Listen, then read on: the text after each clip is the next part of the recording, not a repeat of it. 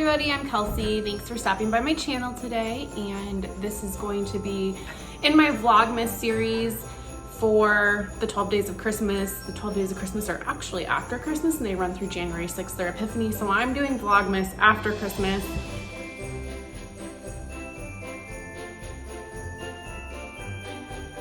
So thank you for joining me for another installment of my Vlogmas. Today I'm going to talk about my January TBR. And if you watched my 2023 reading goal video, I mentioned how I was going to kind of make different challenges. I listed different themes for going through my unread shelf and how in 2023 I really want to focus on my unread shelf. So I put my themes into a spreadsheet, assigned a number to them, and then put them into a random number generator. And this month the number was 8, and number 8 on my spreadsheet was advanced review copies. So I am going to kind of read that broadly. So it will be both NetGalley books, it will be books that I have upcoming that I need to read, and it will be arcs I've gotten but I've never gotten to. And I don't really know how many I'm going to read this video. I'm kind of going to decide as I'm going through the video, but first we're going to get to some must-read books for January for me. So one of my book clubs is doing Louise Penny, which I'm really excited about. If you know me at all, you know how much I love Louise Penny in this series. And the women in this group, we were all laughing because we've been reading pretty heavy books. And someone asked if anyone had read Louise Penny, and I freaked out because, hey, I do. I love her. And we're like, okay, so it's not dark. It's like cozy murder is how we described it. But it's not a cozy novel. It is a true crime novel, not a thriller, mystery. It's more focused on the characters, the whole series, than the murder. The murder is more of a lens in which to view the characters. So Still Life is book 1. There are 18 books out now in the series. I haven't read the last 2, so that will also be a January thing. But this is the first one. There's a TV series right now on Amazon Prime, and they've done a wonderful job capturing Armand Gamache and the group. They're skipping this book because there was a previous movie made out of it, and honestly, of all the mysteries in the series, I think this one's the weakest, and it does explain who the characters are, but other books do that better. So we're reading this. I'm really excited about it because I kind of wanted to revisit it anyways. So that was one that I'm super pumped about. And then the book that I just keep moving from month to month that I will not get to in December is A Tree Grows in Brooklyn by Betty Smith. Enough said, I just need to frickin' prioritize it. And then it's Read Christie. So I got William Morrow, HarperCollins does Read Christie in January. And so I'm gonna read Sad Cypress. It's a Hercule Poirot mystery. I haven't read very many. I've read and then there were none. So I'm joining along in a read of Read Christie by Agatha Christie. Sad Cypress by Agatha Christie. This is about Eleanor Carlisle stood serenely in the dock, accused of the murder of Mary Gerard, her rival in love. The evidence was damning. Only Eleanor had the motive, the opportunity, and the means to administer the fatal poison. Yet inside the hostile courtroom, only one man still presumes she's innocent until proven guilty, and that's Hercule Poirot.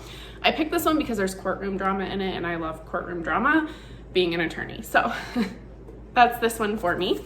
Okay, and then 2 more books I want to prioritize this month will be Louise Penny's The Madness of Crowds. This is book 17 in her series. The cover is stunning, and I do believe this book takes place during the pandemic, so this series is up to date with time for the most part, and Louise Penny is just my favorite. So I do want to get this. I want to get caught up to the series so that next year when the next book comes out, I'm ready for it.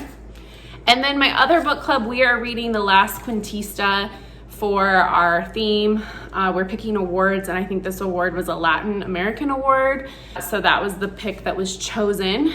I was going through the NetGalley arcs I still need to read for the month that are publishing in January. So one is Pandora. I don't know much about it. The next is Twilight Code by Janice Hallett. She wrote The Appeal, and I really enjoyed the mixed media format of that book. There's just it's epistolary, there's emails, there's just all sorts of fun things in that book that made it really fun, and I think the Twilight Code is going to be very similar to that. That's out on the 24th of January, and then I got Courtiers, I didn't bring it out here, which is a nonfiction look at court staff, I think, between Harry and Meghan and the monarchy and all of that. So very timely. Obviously a ton of books are coming out now that the Queen has passed away. Yeah, so I got that as well from St. Martin's Press. So now I'm going to go and grab some other books, go through my bookshelves and decide what arcs I'm going to read. I'm going to prioritize 3. So I know for sure I'll read The Twilight Code and Pandora, but I'm gonna try to find 2 or 3 more just to pull from in case I want to read more. So I will be right back. Okay, so for some physical arcs, I just pulled off my shelf. Some are like not published yet, some have been published yet. So the first one, this is out February 28th by Gallery Books, I believe. Graydon House. And it is Black Candle Women, and it's about a generation of women who have lived together in their quaint 2-story bungalow in California for years. They keep to themselves, never venture far from home. The women have been withholding a secret from their 17-year-old Nikki Montrose that will end her relationship before it's even begun. The decades-old family curse that any person that falls in love will die. So kind of giving me Practical Magic vibes. So I was really excited when Graydon House sent me this. And then I loved Cold Mountain, both the movie and the book by Charles Fraser. He has a new book coming out in the spring. I want to say it comes out in April. Yeah, April 2023. So this is the Trackers, and it has something to do with the West, art, and robber barons. And he just writes really beautifully, so pretty excited for that. And then 2 romance novels. These were released last year, but I never got to them. They were sent to me by Avon. So the first is The Scoundrel. Try that again. The first is The Scoundrel Falls Hard by Sophie Jordan. This one I've just heard is like wild. There's just so much stuff going on in it, and it's very strong, empowered females, like pretty awesome, right? And then Lenora Bell was new to me last year. I forget what it was called, but I read a book of hers that came out last year, also from Avon, and here's how the like little blurb is.